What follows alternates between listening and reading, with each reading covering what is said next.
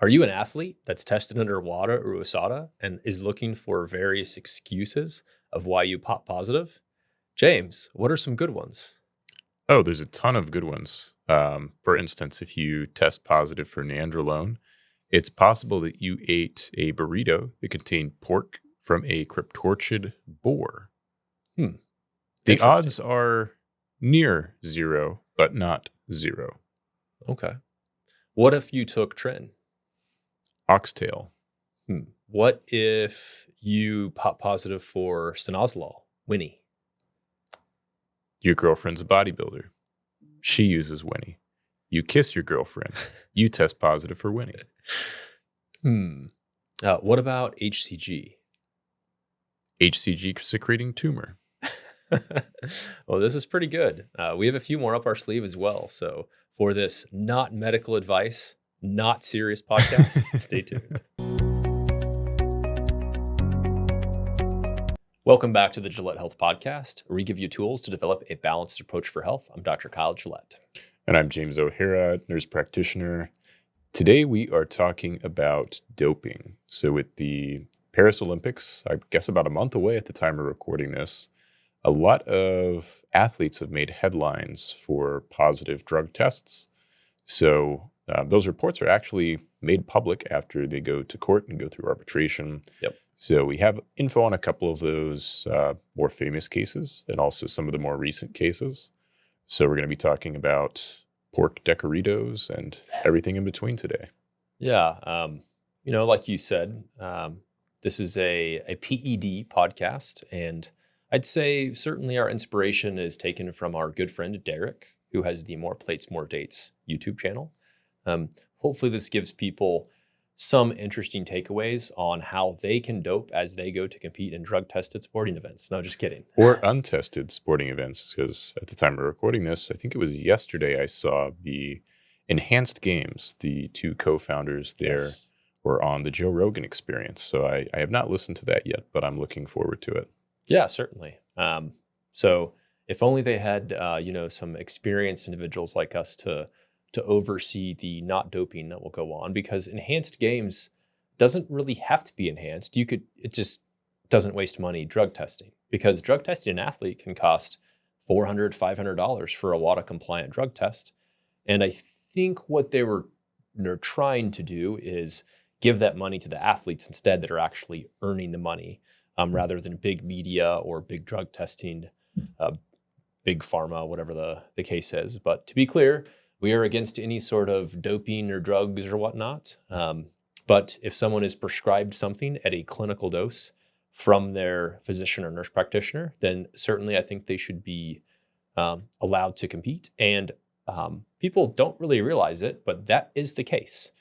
A lot of your favorite, especially older NBA, NFL, NHL players, they are on anabolic steroids. It's just that they're medications that happen to be prescribed. Yeah. And for people who, I think one of the big things they talk about with the Enhanced Games is, instead of people sort of doing this in the dark without oversight, they want medical oversight. So if someone chooses to put compound into their body, we're going to talk about harm reduction, risk mitigation. Of course, we're going to preface that with hey, I definitely recommend against this, but if this is the lifestyle that you're going to use, it's no different than prescribing, PrEP. It's if this is the lifestyle you're going to live, we want to reduce the harms that could occur because of that. Yeah. And there's a lot of physicians in the community, medical doctors, MDs and DOs, that encourage and support this. Thomas O'Connor is one of them, anabolic doc. And he even published a little study that kind of talks about some of this harm reduction that should take place for people that utilize those things. There's a lot of hesitancy.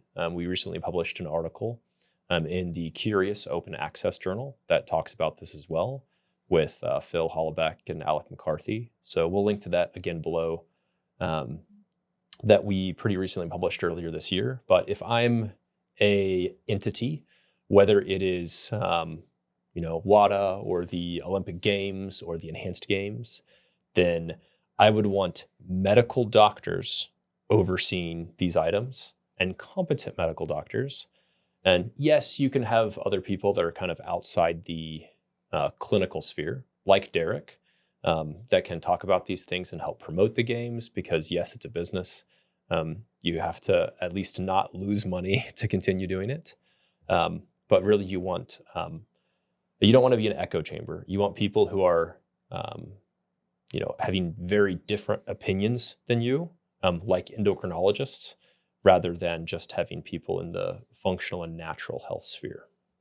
Yeah, I think you would ideally want the same level of expertise that you see when the expert witnesses are called in these arbitration cases. These are people that are subject matter experts. Mm-hmm. So, like, getting that level of oversight into a Olympic team, which some countries probably better than others. Yeah. Some countries have less resources. Some athletes have more or less resources, more or less sponsorships. But standardizing something to where, at least each athlete has access, maybe that's sort of built into the enhanced games, where it's like, hey, we can look at this and put you in a category of low, medium risk, high risk, or like, hey, you need to like pull the plug on whatever you're taking right now because your like life is in danger, sort of thing. You can't just do functional health tests like Oates tests and Dutch tests to tell if they're healthy or not? Those Dutch tests would be very interesting because with a lot of androgens, you're going to have pretty low SHBG. Mm-hmm. But if you're on only synthetic androgens, no testosterone, SHBG is low, testosterone is low, it may look like you have low T.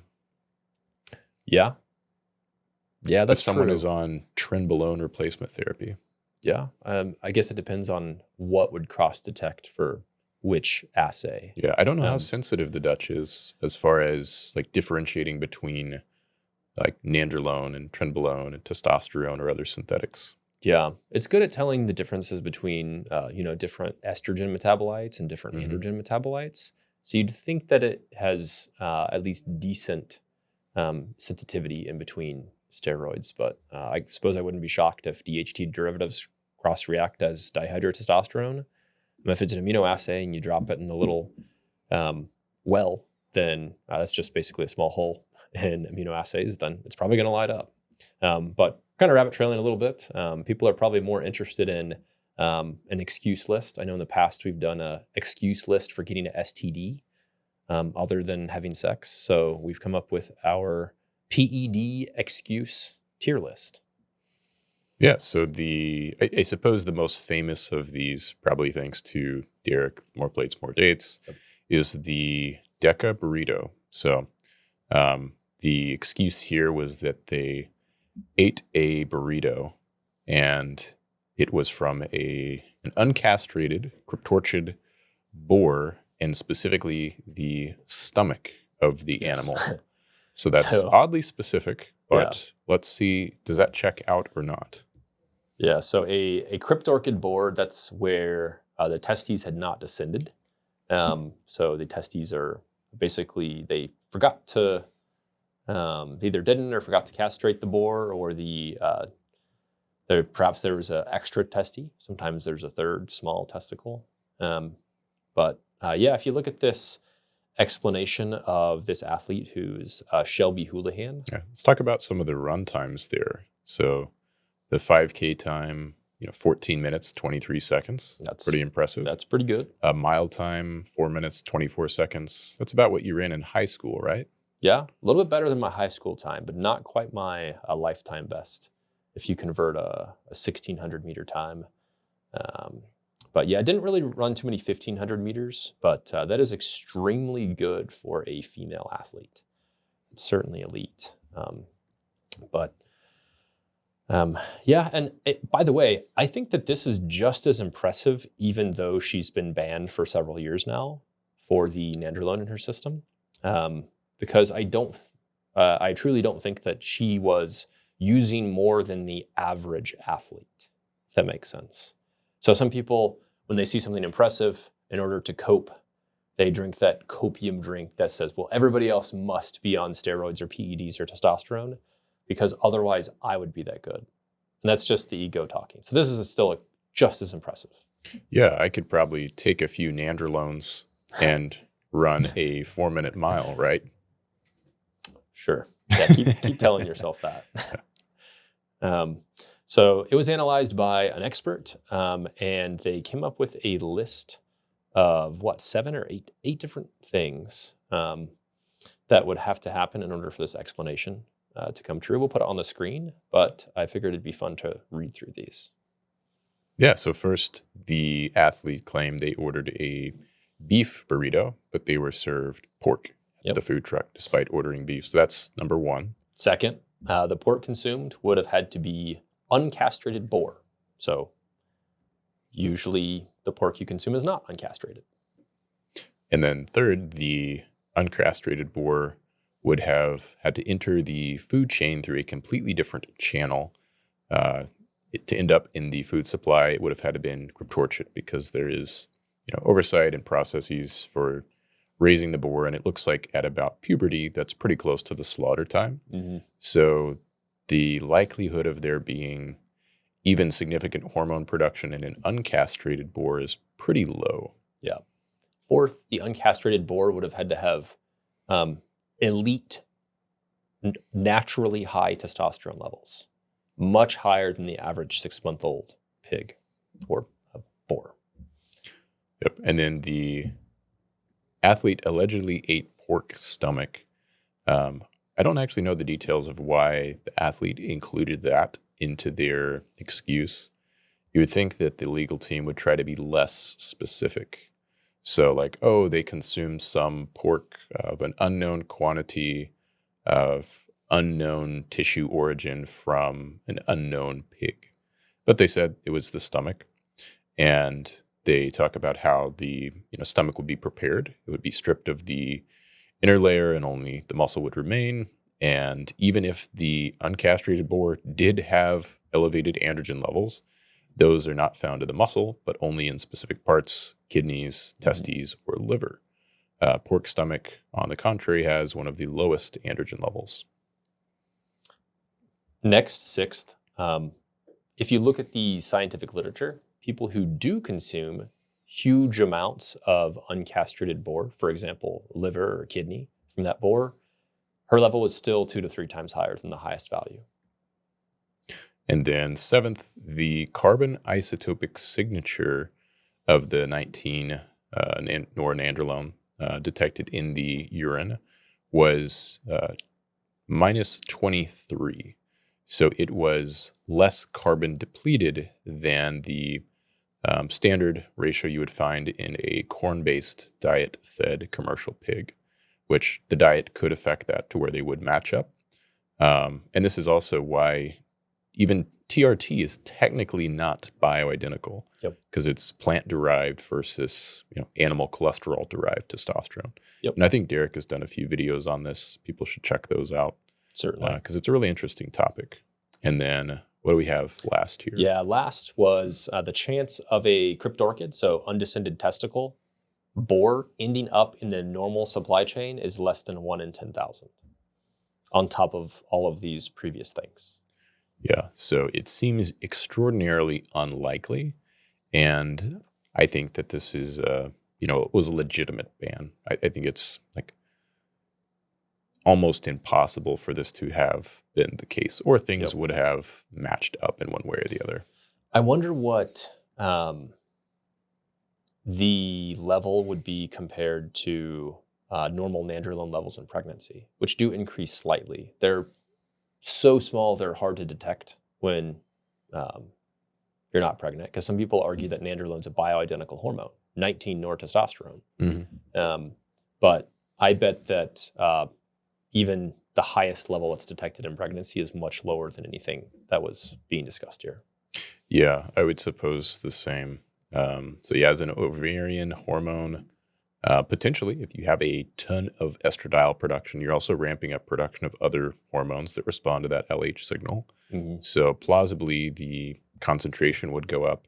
You do have a little bit of hemodilution, but I think the concentration would still go up of like per ml, like there's this much nandrolone in the system. Do they have nandrolone suspension? Because it's kind of a weird thing for an athlete to take. Like you'd think, well, maybe she was trying to take, nandrolone phenylpropionate, which has a fast half-life, accidentally took nandrolone decanoate or DECA.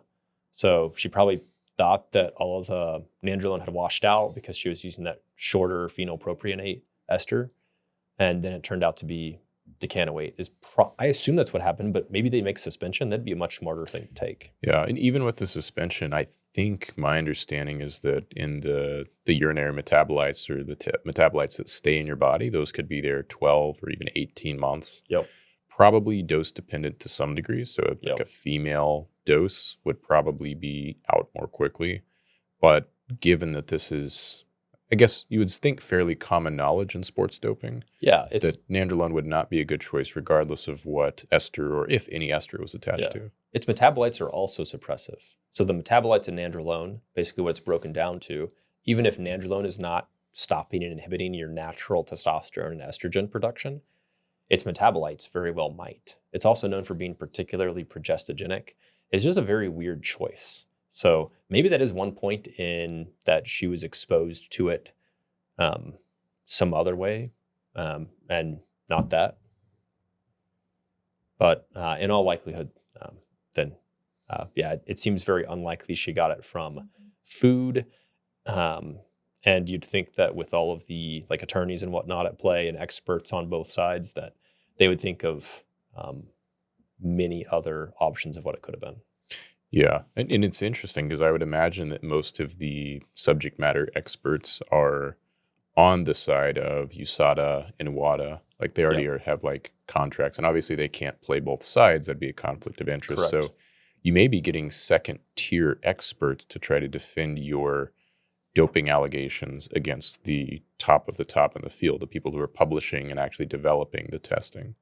So it's kind of an uphill battle if you are trying to prove your innocence, even if you are innocent.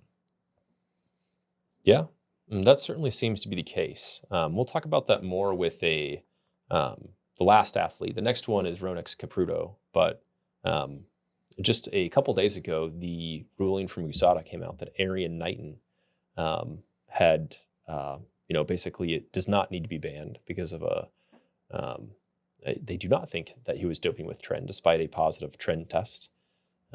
But of note, his attorney is the same one that represented Marion Jones and many other athletes who later admitted to doping, but had gotten them off of doping. So it does seem that there's a tier list basically of who's who, or kind of the same thing in the legal system. You get what you pay for. A little bit political, it sounds like.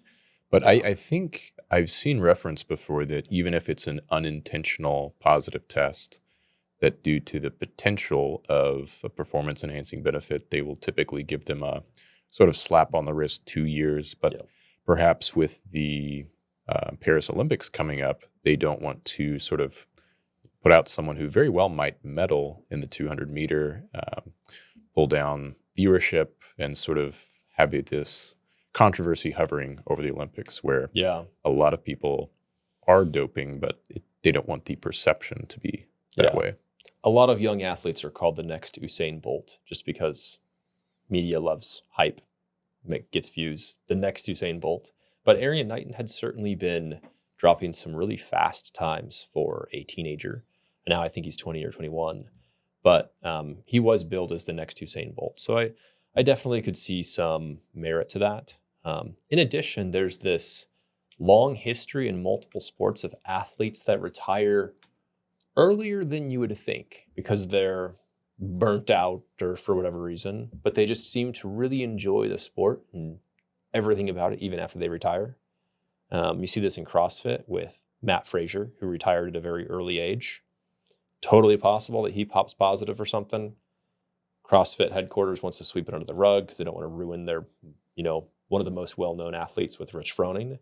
And they give him a nice early voluntary retirement. Severance package. Exactly. Yeah, and we're not saying this happened. This is just a plausible explanation. Anything can and does happen. I'm sure that there are motivations for keeping things perceived as a clean, quote-unquote, sport. Yeah, that's just an example. Usain Bolt is another example. Usain Bolt retired at a quite early age. He could have kept sprinting for at least 5 more years.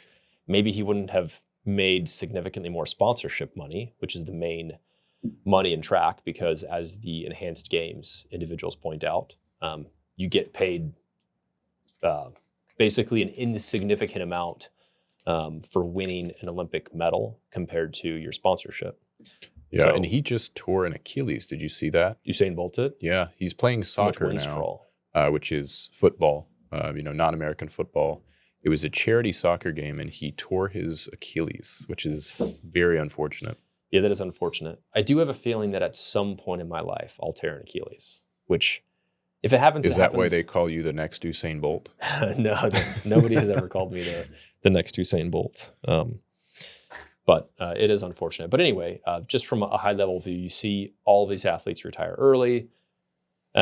Surely a lot of the reason why they do is because they're basically just told to retire. That way they don't tarnish the reputation of the entire sport. But in sports where there are loopholes for PED use and anabolic steroid use, such as the NBA or the NFL, you do see players with careers lasting into their late 30s and even early 40s sometimes. Yeah. I think that So this is could be totally coincidence, but no. it's something that I do think, something that I think about from time to time.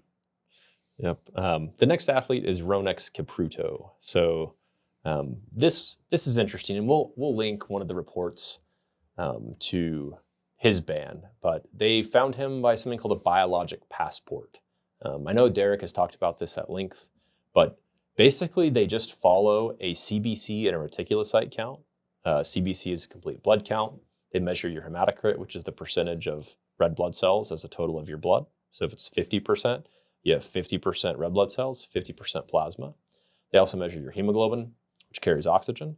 They also measure your red blood cell total count, which can change due to hemoconcentration. If you're training at altitude, generally it's just more concentrated. Whereas if you're taking erythropoietin or androgens, then it can increase kind of total blood volume as well. So it's not shrinking down your blood volume and concentrating it. But they also measure reticulocyte count, which is immature red blood cells. And they can follow that over time and estimate the chance that the fluctuations are natural or not, just by looking at this guy's CBCs over time. Yes, I've looked at a lot of CBCs. I'm not an expert in knowing if reticulocyte count and hemoglobin counts are due to EPO, which is erythropoietin, or testosterone, or other androgens. But just from looking at them, it certainly seems likely that he was blood doping. Maybe he was using ketones. Ketones can raise EPO. He did say he has a drinking problem. He did not specify if it's alcohol. Oh, wait, no, he said it's alcohol. Maybe it was hard ketones along with the alcohol. Yeah, it would be a better alternative. So he has a number of really top-notch times. He holds the world record, I believe, still for the road 10K, 26 minutes, 24 seconds. Really impressive times, Yep. sub-hour half marathon, almost 13-minute flat 5K on a track. Yep. Really impressive times. And so in the context of these times, he has a biologic passport that makes it look like he's using EPO. That's sort of the conclusion that they came to. Mm-hmm. And the excuse was, how are you able to do this? I have a drinking problem. And that's not to poke fun at anyone that has an alcohol problem, Yep. but that is the literal excuse that was used in this court hearing. And it appears that he does and did, sadly, have a drinking problem, which perhaps doesn't make it more or less likely that his biologic passport was correct or incorrect. But many of his urine samples, I guess in 2020, there was 70% that had alcohol metabolites. And him and his team even designed a type of experiment where he drinks alcohol, sees what things look like, and then he does not drink alcohol and sees what things look like to try to replicate some of these changes.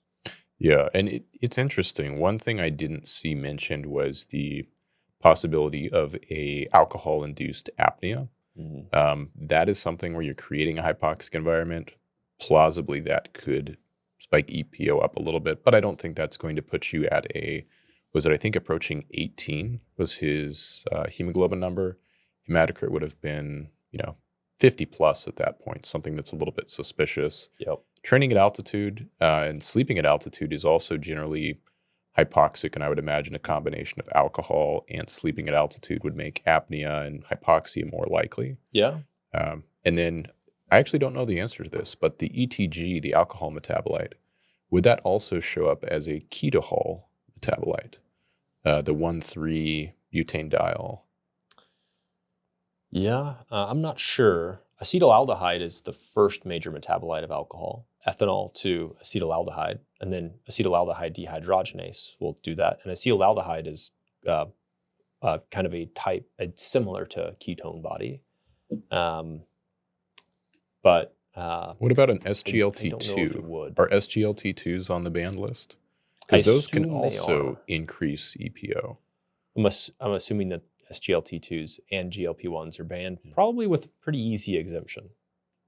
Yeah, but I think you would be hard-pressed to make the case that he was a diabetic. Although, with all the intense training, you very well could run a pre-diabetic A1C, Yeah, even being very insulin sensitive. just from red blood cell turnover. Mm-hmm. Yeah, it's an interesting case, and a lot of times these aren't at face value. And Wada, which is the World Anti-Doping Association, did a great job of basically trying to deconstruct this and figure out the right answer. The amount of time and the amount of people that are paid just for this one case is staggering. I would not be shocked if they spent $50,000 to $100,000 paying all of these people for their time and traveling back and forth and this and that, and doing all this testing. I would not be surprised if this one case took that amount of money. Yeah, and they do hear out athletes because they don't want to falsely convict anyone. Mm-hmm. They want to make sure that they have the facts right. And I would say most of the time when someone has a positive test, they are intentionally doping. I don't think that's too high of a bar. I think greater than 50% of the time, if you test positive, you're probably doping. So it's bad for the athletes to test for their livelihood, really. And then it's also bad for the athletes not to do any testing. Or Enhanced Games and other organizations setting an arbitrary hemoglobin limit. For example, if you're over 19, we don't care the reason, you're banned. Or how do you set guardrails safely for this, other than telling people that they need a physician exception for anything? And then if there's an exception for TRT, then it can go up to 200 milligrams per week. I think that's the general idea that a lot of sports leagues use that do allow TRT exemptions. Yeah, and that's a reasonable sort of guardrail, if you will. But I don't think the Enhanced Games wants any guardrails. I think they're very much, at least forward-facing, publicly facing. They are sort of a no limits, let's see what enhanced human physiology can do. I wouldn't be surprised if at the very first games that there aren't actually records broken. That would be kind of hilarious. But I wouldn't be surprised because you're not going to have, perhaps not for the first games, sort of the best of the best. Maybe the elites are going to sort of watch and see how much traction does this get. They don't want to jeopardize their current sponsorships or their Olympic status, being qualified, passing through the Olympic trials and so forth, to jump on board something new. So they may watch, sort of sit on the sidelines the first year, and then if things are really moving that direction and it's blowing up, then maybe year two, you sort of do get that elite tier and start seeing some records broken. Do they have Sinclair scores or similar? I think Sinclair scores are what they call powerlifting scores. That kind of like equates different classes.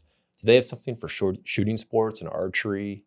Because those are some records that could be broken if you allowed any sort of beta blocker.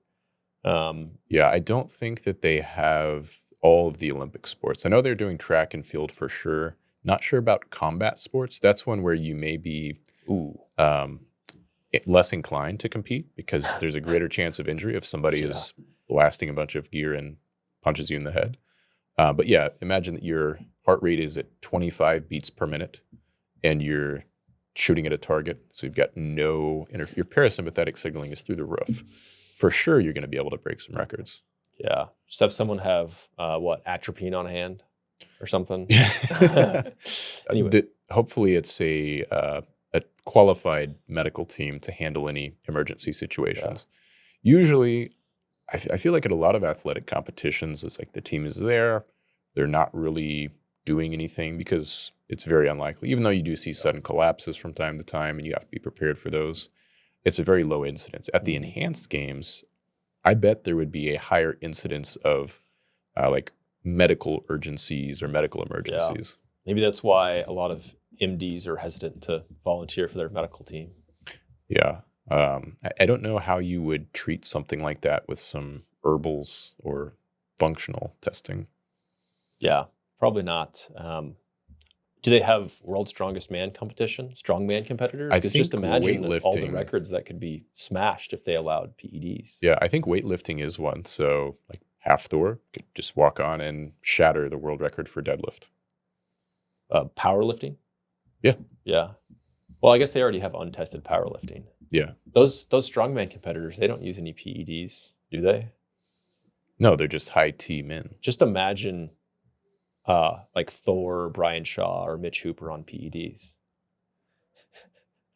Yeah, they would be way bigger and way stronger.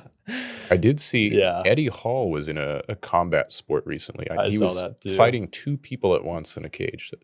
Sort of a little bit of like a circus element to it, but that was I didn't perceive him as someone who would do something like that, but it was pretty unique, and interesting to watch. Yeah, hopefully he got paid well for doing that, so that'd be good. But anyway, I think alcohol is perhaps the reason that Ronix Caputo got caught.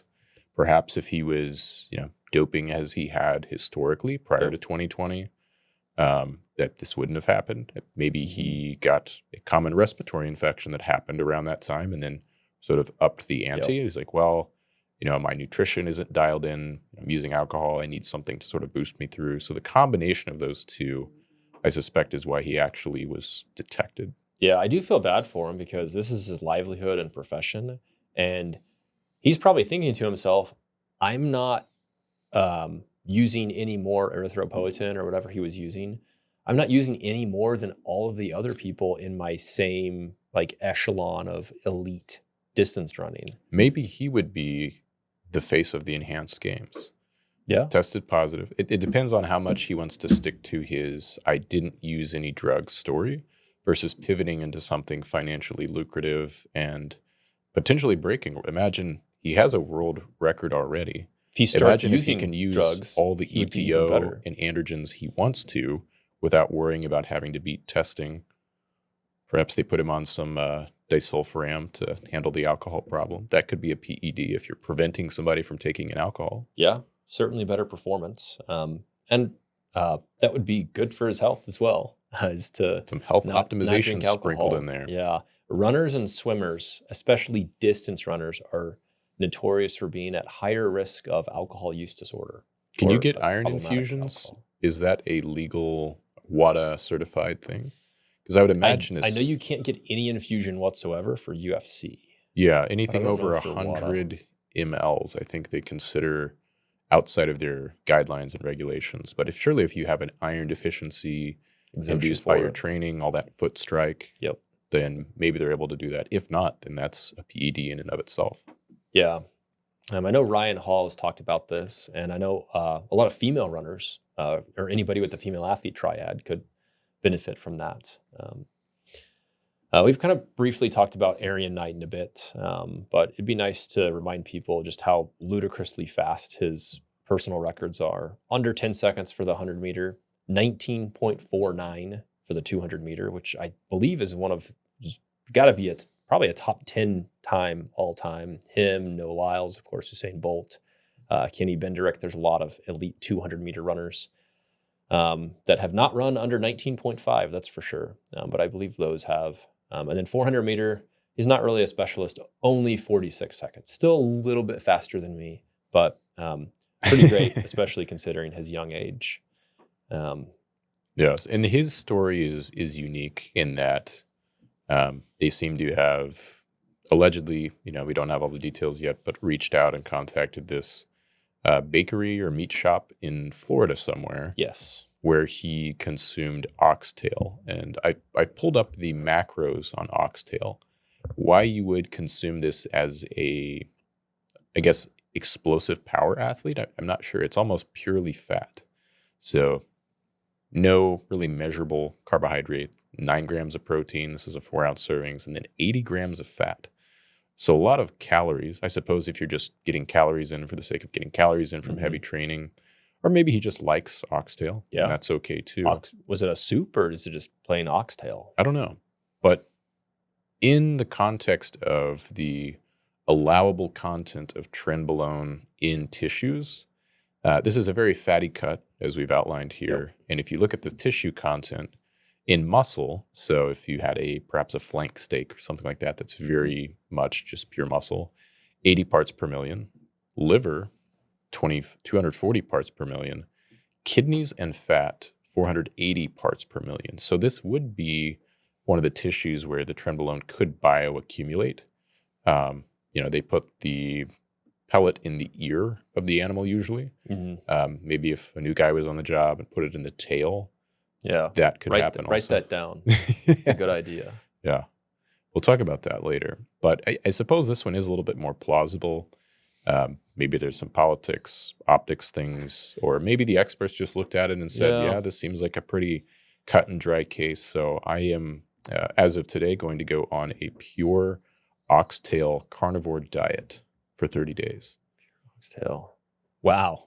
Your macros are going to be crazy. 3,000 calories of fat per day. I think it would be keto, technically. Yeah. How many grams of protein could you get with, 1,500 calories, 3,000 calories? You would have less than 40 grams of protein with 3,000 calories. Yeah. So a pound would put me at about 40 grams of protein. 2 pounds would put me at 80 grams of protein, but that would be 3,000 calories per pound. Yeah, that's wild. That would put me at 7,000 calories near 7,000 calories just to get 80 grams of protein. Yeah. But the Tren would offset the decrease in protein intake. Yeah, because as long as you take Tren and growth hormone, you can eat ice cream and pizza and apparently oxtail and be shredded. There was a link to this article that discussed the hypocrisy of the United States. USADA is the United States Anti-Doping Association, and then Wada is the world body, and it is considering if it should appeal this decision. So an appeal to this would likely be a similar situation to the Ronix Caprito, with Wada calling in huge amounts of experts and kind of doing, I would say, more than their due diligence. They do a great job of investigating the details and publicly publishing them. But this one is going to be very difficult to definitively prove against. It's kind of like when you're video reviewing something in a sport, usually it has to be definitive evidence to overturn the initial decision. Probably not enough to overturn this initial decision, especially since Wada has made previous decisions like allowing dozens of Chinese swimmers who test positive for a substance that increases blood flow to the heart. They let dozens of them go because of a similar situation. So there's been a bit of a precedent set. Yeah, and maybe they are relaxing regulations a bit, because if you have more athletes testing positive, it's probably not good from an optics standpoint. So maybe they are letting a few through the cracks and thinking, well, we're still going to catch the obvious cases where people are really pushing the boundaries. If they ban Arian Knighton for 10 years or something like that, and he did start doping full bore and go to the enhanced games, he probably would break Usain Bolt's 100-meter record. Because I think 200 meter.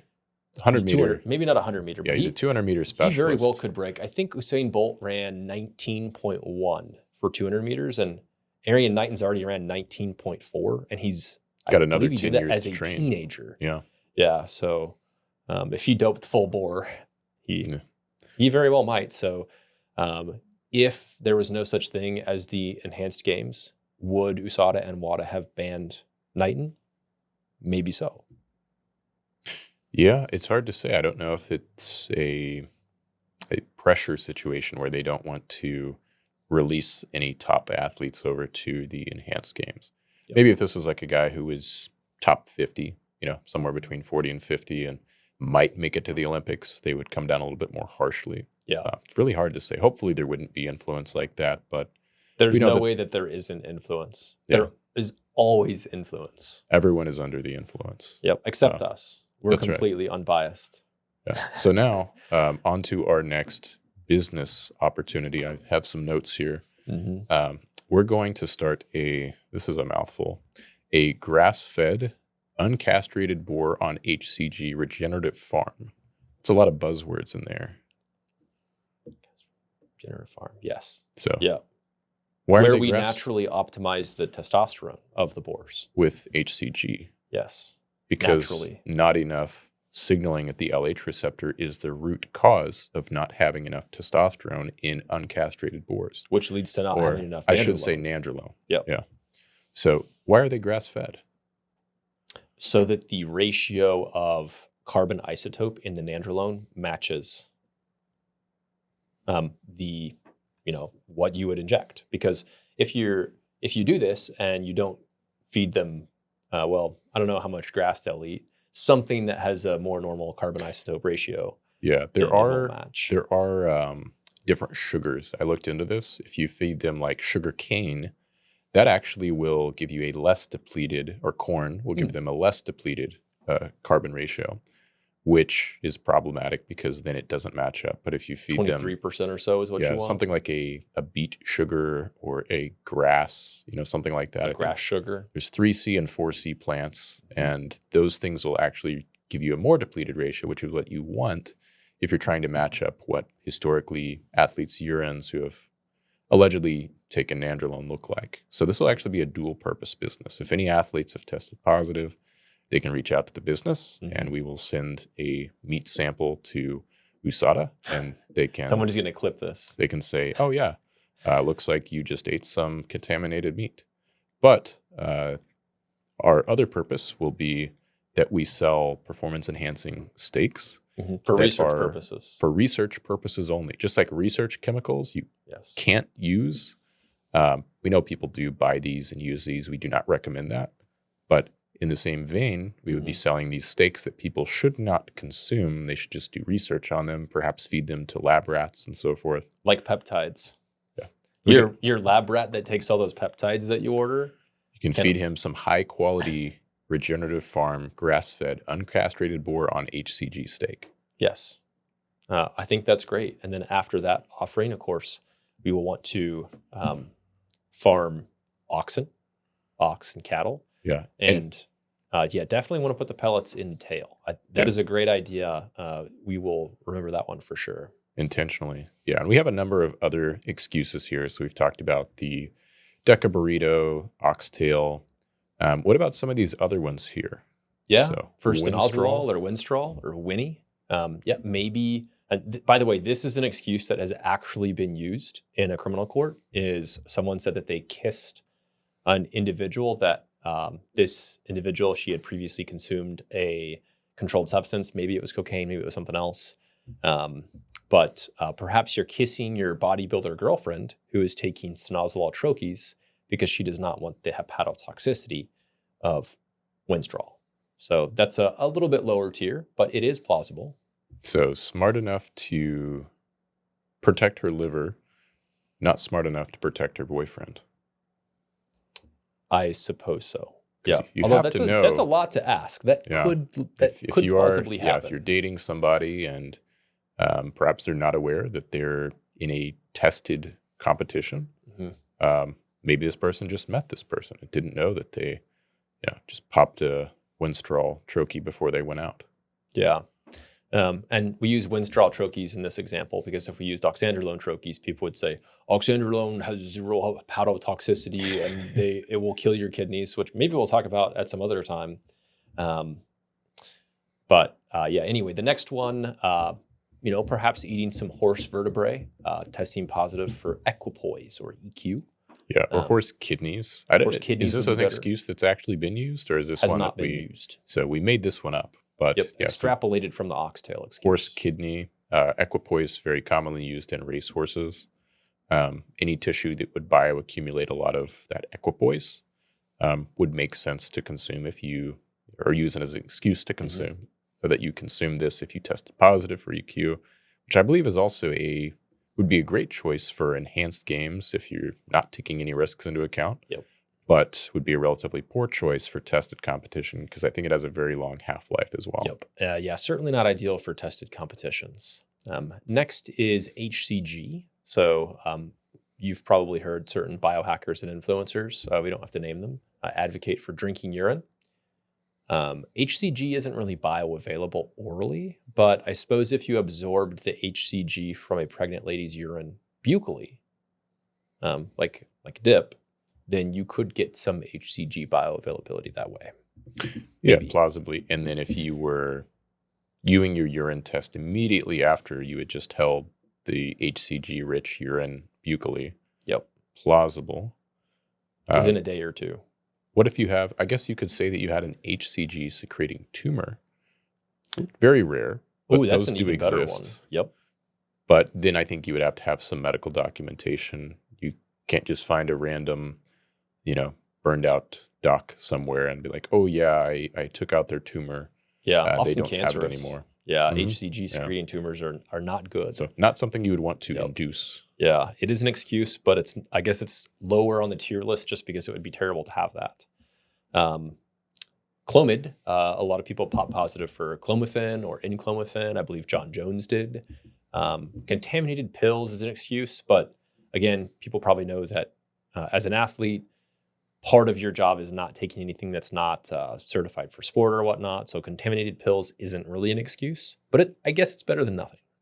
Yeah, I think this is probably, at least when I was looking through some cases, the most common excuse is that the pills were contaminated, supplements were contaminated, and the idea is it's the same facility is producing these medications or research chemicals or SARMs that also make my ashwagandha or whatever hormone optimization thing that I'm taking. Mm-hmm. What about this birth control here? Yeah. You can take birth control. It's not performance enhancing.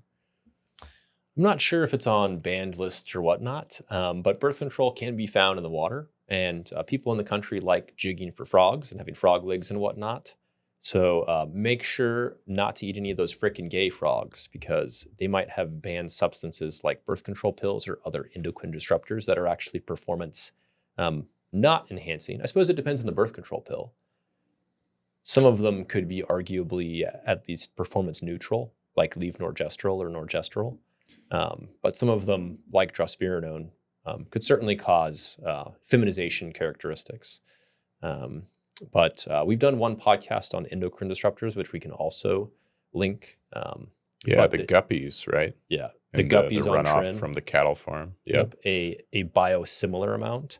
But given the oral bioavailability of things like these, well, not so much birth control pills. Those are actually metabolized pretty quickly once they get in the environment, which is good.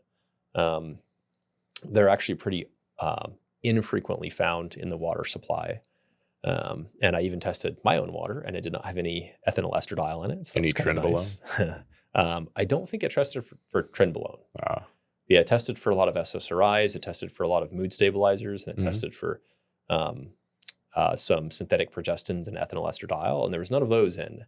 But yeah, do be cognizant of other things in your environment that can be performance de-enhancing.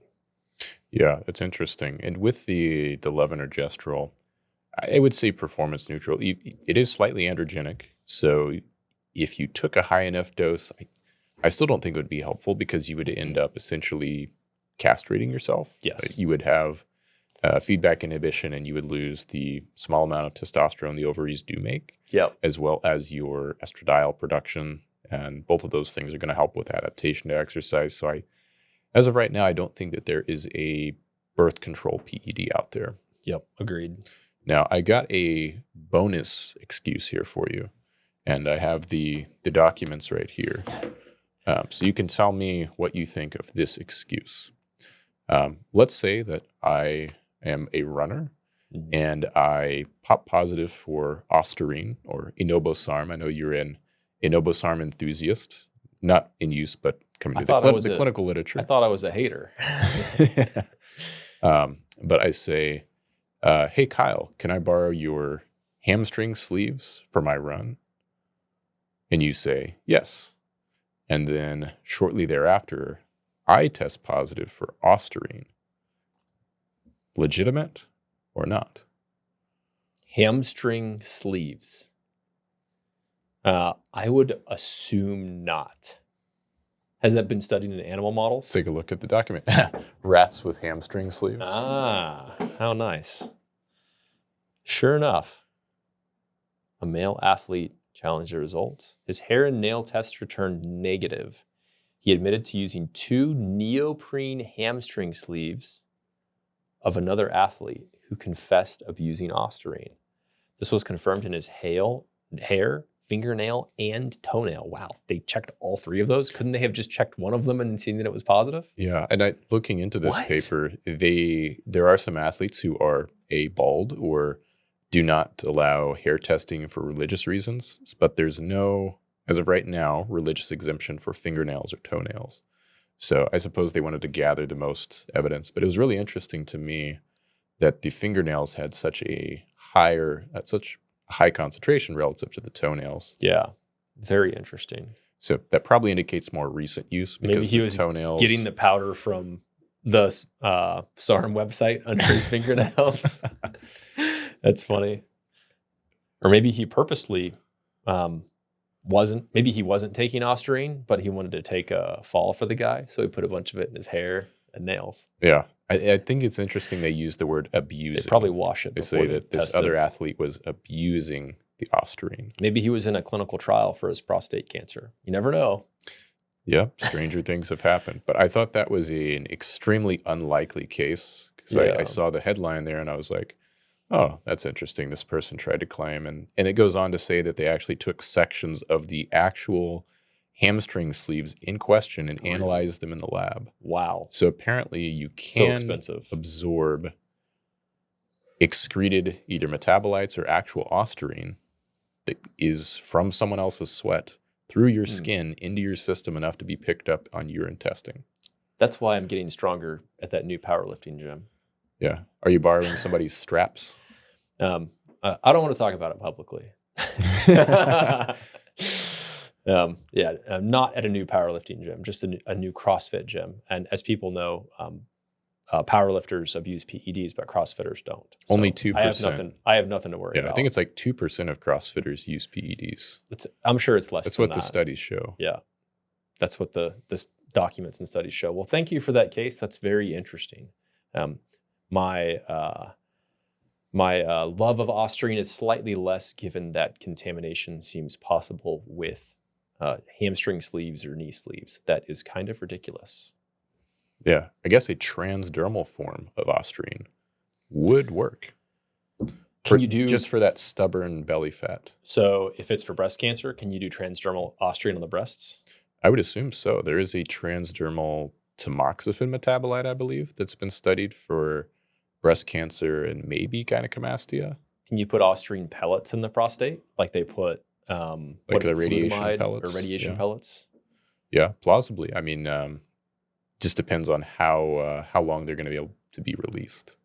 And I think the intention of the Ostarine would be to provide the systemic effects, so you don't lose muscle or bone density. To some degree, and to antagonize adrenal androgens in the prostate. Yeah, that's fair as well. Yeah. And systemically to crush SHBG, a pellet to decrease delivery. Yeah, a pellet would definitely, with that localized effect, outcompete the sort of secondary androgens we think of that are trying to bind and exert their effects there. Yeah, that's a good point, because compared to oral Ostarine, it actually might be less helpful because it's not going to crush SHBG as well. So you do both. Crushing the SHBG. Or if you did hard to say what percent. A suppository, you think you would get higher concentrations in the prostate, being kind of local there. Yeah. Maybe not a huge degree. I don't know if anybody's studied that. They should. Yeah. Maybe people would be willing to. People with prostate cancer are willing to study about anything to get quality of life back. Yeah. So that's absolutely. Including letting lower grade prostate cancers potentially grow. So hopefully that is something that will be studied. At some point, we do have a urologist that we want to have on the podcast, which we're very excited to talk about lots of various topics. So if anybody has ideas of other questions for him, please let us know in the comments. Yeah, and we'll put a feeler out on social media, I'm sure, before that podcast happens, hopefully in the near future. Yep. I think that about covers it today. So as always, thank you for your time. And let us know any other thoughts that you had. Hopefully you were entertained. And if you think of any other excuses for PED use that are especially high in the tier list, please let us know. As always, may God bless you with health and happiness.